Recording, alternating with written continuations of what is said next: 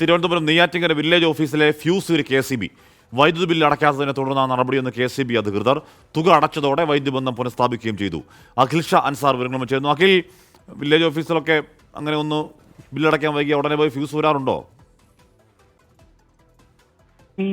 ഇന്നലെ ആയിരുന്നു ഈ നെയ്യാറ്റിങ്കര വില്ലേജ് ഓഫീസിലെ ഈ ഇലക്ട്രിസിറ്റി ബില്ല് അടയ്ക്കേണ്ട അവസാന തീയതി. പക്ഷെ ഇന്നലെ ഈ ബില്ല് അടച്ചില്ല എന്നുള്ളതാണ് KCB അധികൃതർ പറയുന്നത്. ഇന്നലെ തന്നെ ഇതുമായി ബന്ധപ്പെട്ട് ബില്ല് അടയ്ക്കണം എന്നുള്ള നിർദ്ദേശം വില്ലേജ് ഓഫീസിന് നൽകിയിരുന്നു. പക്ഷെ ബില്ല് അടച്ചില്ല. ഇന്ന് രാവിലെയോട് കൂടിയാണ് KCB അധികൃതർ ഈ വില്ലേജ് കാര്യാലയത്തിൽ എത്തുകയും ഈ ഫ്യൂസ് ഊരുകയും ചെയ്തത്. ഈ ഫ്യൂസ് ഊരി വൈദ്യുതി ബന്ധം ഇല്ലാതായതിന് പിന്നാലെ 1 മണിക്കൂറോളം ഈ വില്ലേജ് ഓഫീസിൽ കറണ്ട് ഇല്ലായിരുന്നു. അതിന് പിന്നാലെയാണ് ഈ ജീവനക്കാർ ഈ പണം KCBക്ക് അടയ്ക്കുകയും തൊട്ടു പിന്നാലെ ജീവനക്കാർ എത്തി വൈദ്യുതി ബന്ധം പുനഃസ്ഥാപിക്കുകയും ചെയ്തത്. ഹാഷ്മി.